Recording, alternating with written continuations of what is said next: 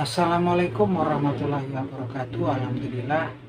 Wassalatu wassalamu ala rasulillah nabina Muhammadin sallallahu alaihi wasallam wa ala alihi wa sahbihi wa mawala. Wa qala Allah ta'ala fil Qur'anil Karim, ya ayyuhalladzina amanu taqullah wa taqum nafsum ma qaddamat liqad. Wa taqullaha innallaha khabirun bima ta'malun. Amma ba'du. Alhamdulillah, nikmat siang para saudara-saudara yang saya cintai dan semoga dicintai oleh Allah Subhanahu wa taala. Para sedulur, jadi beberapa bulan belakangan ini kita semua bisa merasakan betapa luar biasanya gelombang panas yang menyengat bumi ini gitu kan. Yang dari hari ke hari sebetulnya bertambah parah ya tingkat panas yang kita rasain, dan apalagi yang merasakanlah paling terkenal lah kalangan menengah ke bawah ya teman-teman. Kalau yang menengah ke atas kan mereka di ruangan, di kamar mereka, di tempat tinggal mereka bisa menggunakan air conditioner. Sedangkan untuk orang-orang saudara-saudara kita yang nggak mampu, kalangan menengah ke bawah, ya mau nggak mau ketika mereka bekerja ataupun bahkan ketika di rumah yang merasakan gelombang panas yang luar biasa. Sedangkan sampai dengan saat ini juga kita semua ngerasa kayaknya sepertinya nggak satu manusia pun yang kemudian berusaha untuk saling mengingatkan tentang kerusakan alam yang terjadi di bumi ini yang berakibat kepada gelombang panas yang kita rasakan bersama. Yang jelas manusia asik dengan urusannya masing-masing ya. Yang bisnis ya asik dengan urusannya bisnis masing-masing. Yang kemudian lagi berkonflik juga asik dengan mereka sibuk dengan konfliknya masing-masing. Yang terakhir adalah konflik antara orang pejuang Hamas dengan pasukan Israel IDF ya, yang kemudian meluas, yang mana kemudian konflik terjadi antara Israel dan Iran teman-teman. Iran dan proksi Iran dan negara-negara yang milisi-milisi yang merupakan perpanjangan tangan daripada pengaruh Iran ya, yaitu milisi Houthi di Yaman, dan kemudian ada beberapa milisi Syiah di Irak dan juga di Syria, serta milisi Hizbullah negara Lebanon. Yang jelas saya juga nggak ngerti teman-teman, ketika terjadi awal penyerangan kayak dari Hamas ataupun Hizbullah ini kan sebetulnya juga pastinya mereka menyadari ya teman-teman, bukannya menyalahkan ataupun saya pikir bukannya berpihak pada siapapun. Mereka tahu kalau kemudian mengganggu ataupun mengotak-atik Israel, apalagi menyerang, pastinya Israel akan membalas, dan balasannya itu pasti ngawur, dan biasanya sasarannya salah satunya adalah selain militer mereka akan menyerang juga penduduk sipil gitu kan. Yang artinya sebetulnya dengan konflik mereka inilah milisi yang memang mereka orang-orang militer itu kan, yang mereka ngerti gitu kan efek sampingnya kerusakan yang luar biasa, yang paling merasakan lah penduduk sipil, ibu-ibu, wanita, anak-anak, dan orang-orang tua yang mereka juga akhirnya kehilangan tempat tinggal, mereka juga kehilangan sanak familinya. Ini sangat prihatin, sangat menyedihkan sekali, dan sampai dengan saat ini pun nggak ada kayaknya negara-negara, bahkan liga PBB ataupun Liga Dunia pun mereka juga nggak mampu kemudian untuk menghentikan Israel ini gitu kan. Nah ini teman-teman, justru kemudian banyak orang berpendapat bahwasanya ini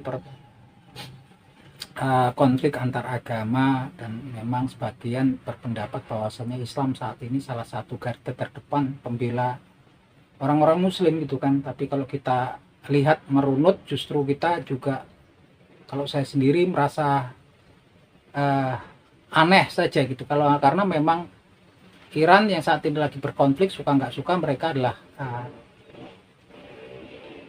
aliran Syiah ya teman-teman. Baik kemudian milisi Houthi di Yaman juga aliran Syiah, kemudian yang ada di milisi-milisi yang ada di Irak dan juga ada di Syria itu adalah milisi Syiah.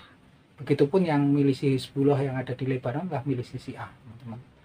Makanya banyak negara yang kemudian beraliran Sunni juga nggak banyak kemudian bergerak gitu kan.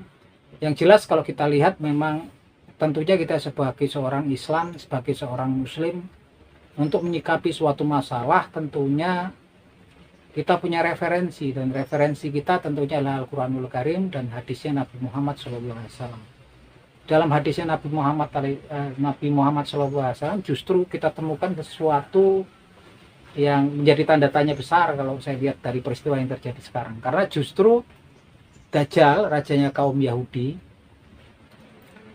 Al-Masihnya orang-orang Yahudi itu akan muncul dari Iran ya teman-teman. Dalam sebuah hadisnya dalam sebuah hadis yang diriwayatkan oleh sahabat Abu Bakar As-Siddiq radhiyallahu anhu, diriwayatkan bahwasanya Nabi Muhammad SAW bersabda sebagai berikut. Bismillahirrahmanirrahim. Ad-Dajjalu yahruju min ardil bimasriki yuqalu laha Khurasan. Dajjal itu akan muncul dari bumi bagian timur yang namanya Khurasan. Kemudian dilanjutkan yatba'u ad-Dajjalu mi Yahudi Asbahan sab'una alfa alaihim toyalisa. Dajjal ini akan diikuti oleh 70.000 orang Yahudi dari kota Asbahan atau kota Isfahan yang mereka menggunakan toyalisa. Di hadis yang lain diberitakan bahwasanya Dajjal juga akan diikuti sekelompok kaum yang wajahnya mirip tameng yang dilapisi kulit. Yang hadisnya bunyinya sebagai berikut. Bismillahirrahmanirrahim. Yatba'uhu aqwamu ka'anna wujuhakumul majanul mutrokoh. Nah, kita bahas dari 3 hadis ini ya teman-teman. Yang pertama diberitakan tadi bahwasanya Dajjal akan muncul dari bumi bagian timur yang namanya Khurasan. Khurasan sendirilah sebuah region yang sangat luar yang membentang ya. Wilayahnya itu membentang di beberapa negara. Salah satunya adalah negara Iran. Ada 2 kota di Iran yang masuk dalam region Khurasan, yaitu kota Tus dan kota Nisapur. Kemudian ada juga negara yang bertetangga sama Iran, gitu kan, yaitu Turkmenistan. Ada kotanya yang masuk dalam region Khurasan namanya kota Merv.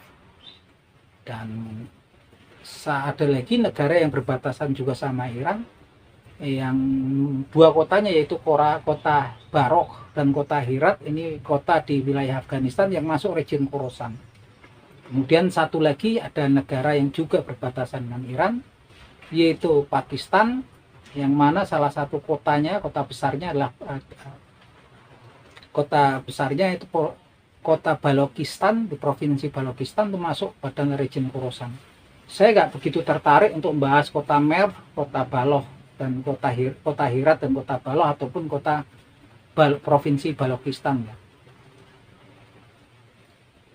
Jadi teman-teman, yang saya garis bawahi adalah kota Tus dan kota Nisapur. Kenapa? Karena kota Tus dan kota Nisapur itu salah satu provinsi di wilayah sebelah selatan Iran yang masuk region Khurasan, yang dia ada sangkut pautnya dengan hadis yang kedua. Di hadis yang kedua diberitakan bahwasanya Dajjal akan diikuti oleh 70.000 orang Yahudi dari kota Asbahan atau kota Isfahan. Yang aneh, kota Isfahan sendiri, kota Isfahan sendiri saat ini sudah ada dan merupakan salah satu provinsi di Iran, yang mana Iran ini membangun fasilitas reaktor nuklirnya di kota Isfahan itu sendiri.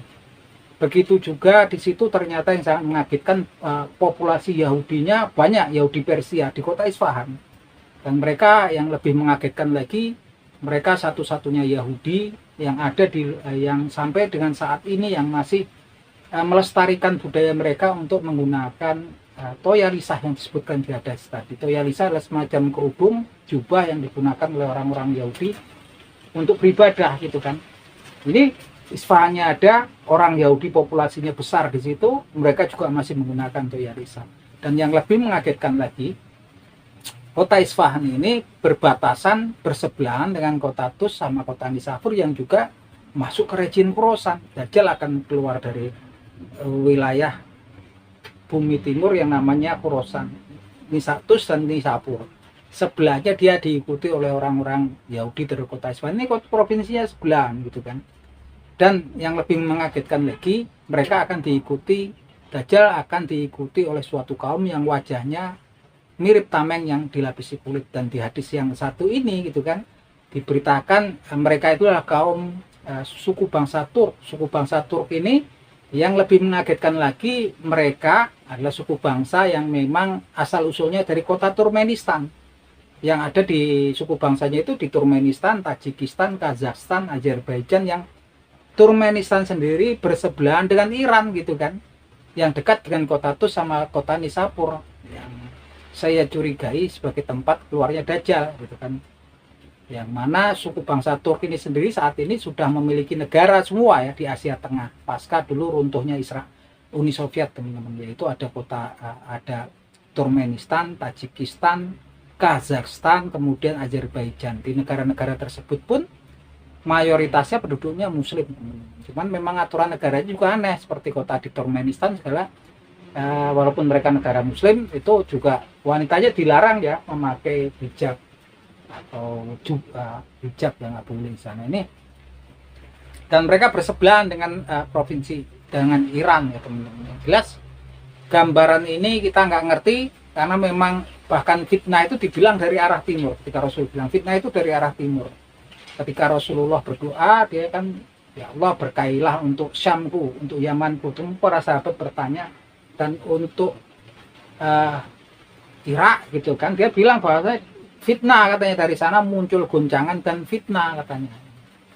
Yang jelas ini teman-teman, ini sangatlah patut kita ikuti gitu kan, dan kemudian kita jangan mudah terpengaruh. Bukannya artinya di sini bukan kemudian kita berpihak pada siapapun, bukannya kita nggak simpati pada penduduk Palestina ataupun penduduk Lebanon. Yang jelas ini sangat menyedihkan, tragedi buat kita semua, saudara-saudara kita seiman gitu kan, walaupun beda aliran saudara-saudara kita. Yang jelas mereka yang jadi korban itu penduduk sipil. Bayangkan di Palestina juga penduduk sipil yang meninggal dunia hampir mencapai 40.000, dan bahkan di Lebanon sendiri sudah mencapai 4.000-an.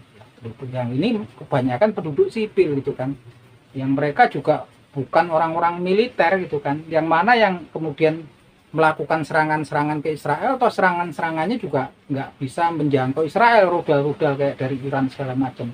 Karena Israel sendiri kan pusat dia punya pertahanan dari darat ke udara kayak David Sling, kemudian Arrow, dan kemudian ada Iron Dome, itu juga menjaga kota-kota mereka sehingga juga minimal gitu kan. Sedangkan mereka membalasnya juga semau mereka, lebih gawat lagi, dan sasarannya menyasar banyak penduduk sipil. Dan bahkan sampai dengan saat ini juga nggak ada yang bisa menghentikan Israel ini gitu kan. Yang jelas kita semua juga prihatin gitu kan terhadap saudara-saudara kita yang ada di Palestina dan ada yang di Lebanon gitu kan. Artinya sekali lagi saya bilang, bukan membenarkan tindakan Israel, bukan kemudian membela Israel. Yang jelas ini suatu sebenarnya sudah terukur ketika pihak-pihak yang kemudian Hamas kemudian nyerang Israel di 7 Oktober 2024, kemudian Hizbullah juga nyerang Israel. Ini dia pastinya udah tahu, udah mengukur bahwasanya Israel juga akan melakukan pembalasan, yang pembalasannya juga pastinya menyasar penduduk sipil, sehingga kemudian banyak saudara-saudara kita yang kehilangan tempat tinggal, kehilangan sanak familinya yang meninggal, kemudian banyak yang meninggal gitu kan. Ini menyedihkan sekali gitu kan. Yang jelas teman-teman, fakta ketika kita lihat ini kan memang Iran sama proksi-proksinya, sama negara milisi-milisi yang di bawah pengaruhnya Iran yang beraliran Syiah. Tapi yang jelas ternyata Dajjal sendiri rajanya kaum Yahudi di akhir zaman, yang disebutkan sebagai mesiahnya kaum Yahudi, akan muncul dari wilayah Iran ya. Keyakinan kita besar dari situ.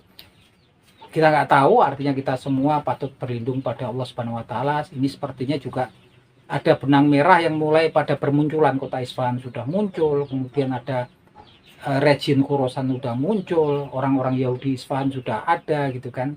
Negara Israel pun sekarang juga sudah muncul, sudah berani melakukan kerusakan yang besar tanpa kemudian dunia nggak bisa kemudian menghentikannya gitu kan, negara-negara di dunia. Akhir kata teman-teman, ada sebuah pesan daripada Nabi Muhammad SAW ketika Dajjal, fitnah Dajjal tidak muncul gitu kan. Semoga salah satu upaya kemudian agar kita selamat daripada fitnahnya Dajjal, salah satunya kita menghafal 10 surah ayat awal daripada suratul Kahfi. Dalam sebuah hadisnya Rasulullah SAW bersabda sebagai berikut, Bismillahirrahmanirrahim, man hafidho asr hayati min awali suratil Kahfi usima minat Dajjal. Barang siapa hafal 10 ayat awal daripada suratul Kahfi, maka Allah Subhanahu Wa Taala akan menyelamatkannya dari fitnah Dajjal. Oke teman-teman, itu aja obrolan kita di siang hari ini, semoga bermanfaat. Akhir kata, wabillahi taufik wal hidayah. Wassalamualaikum warahmatullahi wabarakatuh.